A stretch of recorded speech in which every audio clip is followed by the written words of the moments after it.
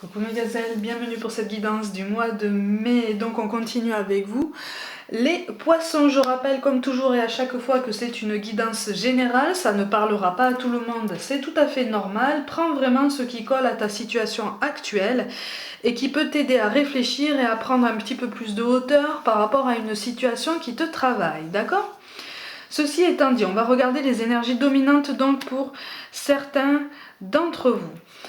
On me parle d'une famille, alors soit une famille décomposée, soit une famille recomposée. En tout cas, on est en pleine transformation et on se fait du souci pour des enfants. Des enfants qui sont encore, qui sont déjà là, j'entends, hein qui sont déjà là.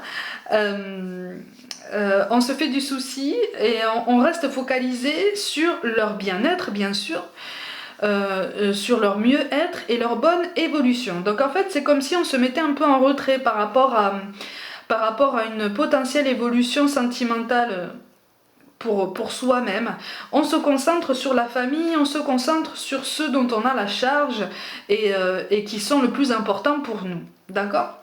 Donc on se met un peu en retrait. Quelque part, c'est aussi une façon de se protéger parce que c'est comme si quelqu'un te perturbait. Comme si tu restais perplexe par rapport à quelqu'un. Alors c'est peut-être ton conjoint, ta conjointe avec qui tu as eu ces enfants-là. Peut-être que c'est quelqu'un d'extérieur, mais en tout cas tu es en pleine réflexion, tu es en pleine hésitation. Il y a quelque chose qui vraiment te met le doute et du coup tu as envie de te mettre en pause. De toute façon il y a comme un ras-le-bol et il y a comme la volonté de saisir un peu le moment présent et puis surtout les côtés les plus importants de la situation. Et pour toi là présentement les côtés les plus importants de la situation bien sûr c'est les enfants.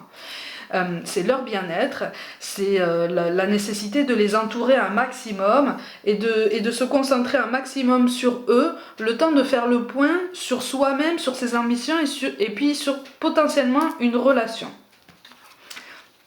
Ouais, pour l'instant, oui c'est ça. Pour l'instant c'est une relation qui est ni faite ni à faire finalement.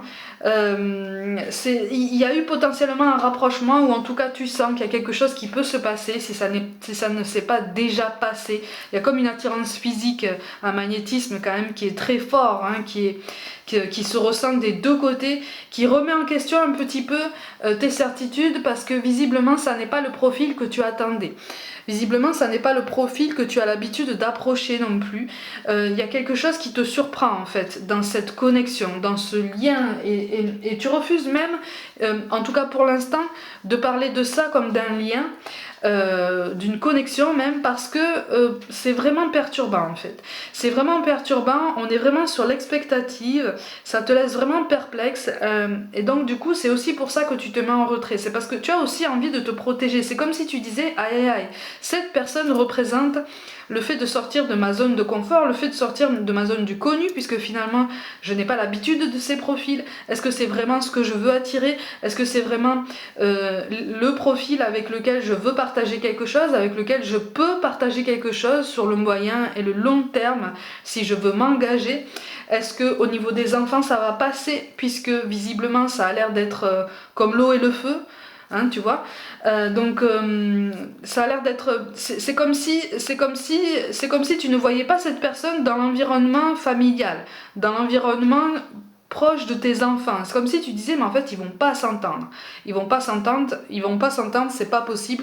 Ils ont une approche complètement différente, beaucoup trop différente et l'adaptation est impossible.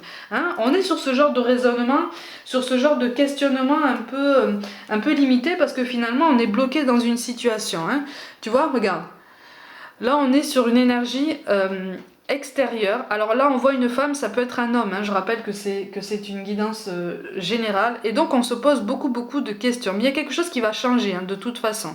Quelque chose qui va changer, mais pour le mois de mai tu risques de ne pas y voir beaucoup plus clair parce qu'il y a quand même beaucoup d'hésitation. Hein. On veut vraiment se protéger, mais en premier lieu protéger le cercle familial et les personnes qui sont les plus importantes pour nous. Hein. Donc, et qui demandent effectivement à ce qu'on soit vraiment solide et prévoyant et prévenant. Donc effectivement, on se pose beaucoup de questions, on essaye de dialoguer, mais on n'a pas confiance. C'est comme si en fait tu recevais des réponses, c'est comme si en fait tu n'avais pas peur de poser les questions à cette personne-là. Cette personne est tout à fait à même de te répondre, mais c'est comme si en fait, quelles que soient les réponses que cette personne pourra te donner, tu auras toujours du mal à la croire, tu auras toujours du mal à considérer que c'est la vérité. Hein, il y a une méfiance qui est quand même exacerbée, une méfiance teintée très très fort de prudence, de beaucoup de prudence. Tu n'as pas envie, tu as envie de faire les choses bien en fait, tu n'as pas envie de te tromper et c'est comme si pour beaucoup d'entre vous, tu étais en train de te dire je n'ai pas envie de me tromper encore une fois, je n'ai pas envie d'imposer mes choix ou en tout cas de mauvais choix à qui que ce soit. Il y a beaucoup de culpabilité par rapport à un choix que tu aurais fait par le passé et qui à tes yeux n'aurait pas vraiment porté ses fruits, pas spécialement porté ses fruits, notamment par rapport au cercle familial de ton côté. Donc les réponses que tu reçois de toute façon ne trouveront pas crédit pour l'instant à tes yeux puisque tu n'as pas confiance en cette personne et quelque part tu as décidé en toi de ne pas avoir confiance. Il est question d'une trahison passée de toute façon, c'est pour ça qu'on est prudent. C'est pour ça qu'on est prudent et d'autant plus parce que c'est un profil que tu ne connais pas, que tu ne maîtrises pas, qui te désarçonne un peu, tu vois. Donc tu te dis... D'autant plus parce que c'est quelqu'un qui ressort de l'inconnu, c'est quelqu'un que je ne prévois pas en fait. C'est comme si en fait votre rencontre n'avait pas été prévue, de toute façon elle n'avait pas été prévue, elle a été arrivée comme ça, ça s'est passé comme ça s'est passé.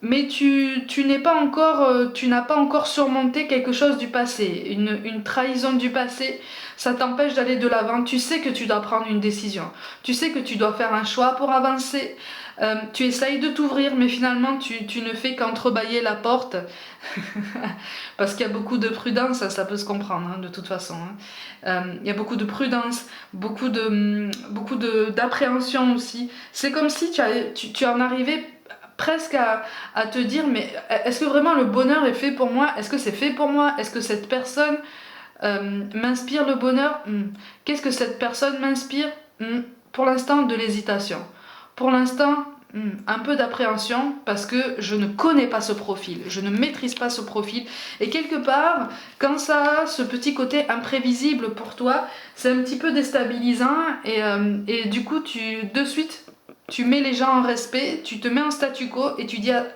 oh, je suis en pause quoi. Je suis en pause. Pourtant il y a un beau potentiel, il y a un beau potentiel déjà entre vous deux et visiblement avec cette personne une meilleure entente, en tout cas une bonne entente est possible avec ton cercle familial, mais c'est comme si en fait tu ne donnais pas cette chance. Tu ne donnes pas cette chance à cette personne, tu ne donnes pas cette chance à ton duo. C'est vraiment en pause, en pause, en pause. Donc en fait, tu veux des preuves, mais c'est comme si tu ne laissais pas le champ complètement libre à cette personne pour faire ses preuves. Tu vois, ou en tout cas pour te rassurer, pour te montrer, plutôt que de te dire que tu peux avoir confiance en cette personne, tu vois. Mais on n'est pas tranquille, on est encore dans la force, on est encore dans la résistance, c'est normal. C'est normal. C'est normal, tu as été échaudé, tu as été quand même... Moi, je ressens quand même beaucoup de souffrance qui vient du passé et qui est encore là. Il y a comme un attachement encore, un semblant d'attachement pour une toute petite partie d'entre vous, il y a encore un semblant d'attachement par rapport à une énergie du passé. Et on t'appelle vraiment à encapsuler tout ça, à essayer de mettre un point final en fait à ce chapitre pour pouvoir essayer d'y voir un peu plus clair dans ton présent et dans tes lendemains. Donc on s'obstine un petit peu en fait, on s'obstine un petit peu à rester dans sa bulle, à rester un peu comme ça dans ses appréhensions, dans ses non-dits, parce qu'en fait en face de toi c'est comme si on pouvait parler librement en fait, Ah oui, voilà, c'est ça. On est très disposé à te parler, mais c'est juste que tu ne poses pas toujours tes questions très clairement. Visiblement, les vraies questions qui te taraudent, tu ne les poses pas, ou en tout cas tu les poses rarement. Du coup, tu as rarement les réponses que tu veux. Tu vois? Donc cet équilibre, cette fluidité, cet échange, cette connexion entre vous, tu refuses de l'avoir parce que tu te dis cette personne ne me donne pas les réponses qui me satisfont. Mais sauf qu'en fait, est-ce que tu les formules bien tes questions? Est-ce que tu poses les réelles questions qui te serrent le cœur en fait?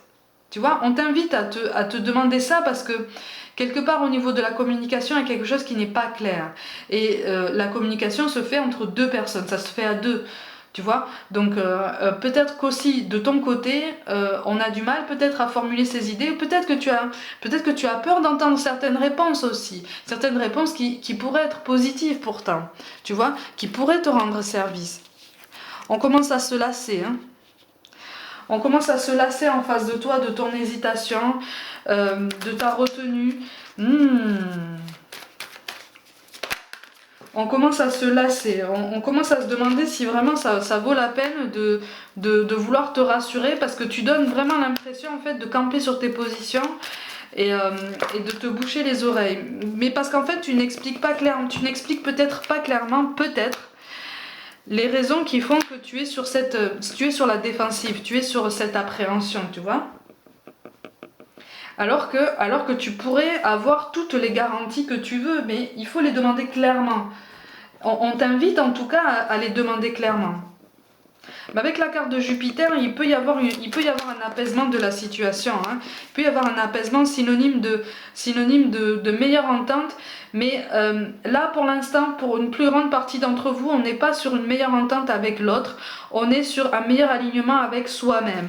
Tu vas réussir à rendre tes pensées un petit peu plus claires, à les ordonner, puisque tu fais visiblement déjà cet effort pour vraiment te demander quelles sont tes ambitions, ce que tu es prêt à supporter encore, ce que tu es prêt à accepter. Oh! Bon, on a le 6 de denier, le valet de denier et le soleil. Bon, de toute façon, il est question d'un apaisement, il est question d'une situation qui s'arrange.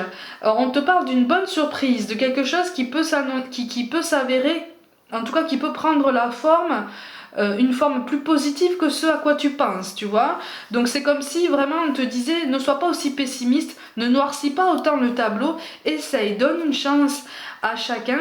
Tu restes de toute façon pilote de ton parcours sentimental, tu restes maîtresse de la situation, mais surtout donne-toi le droit d'essayer de chercher le bonheur, tu vois.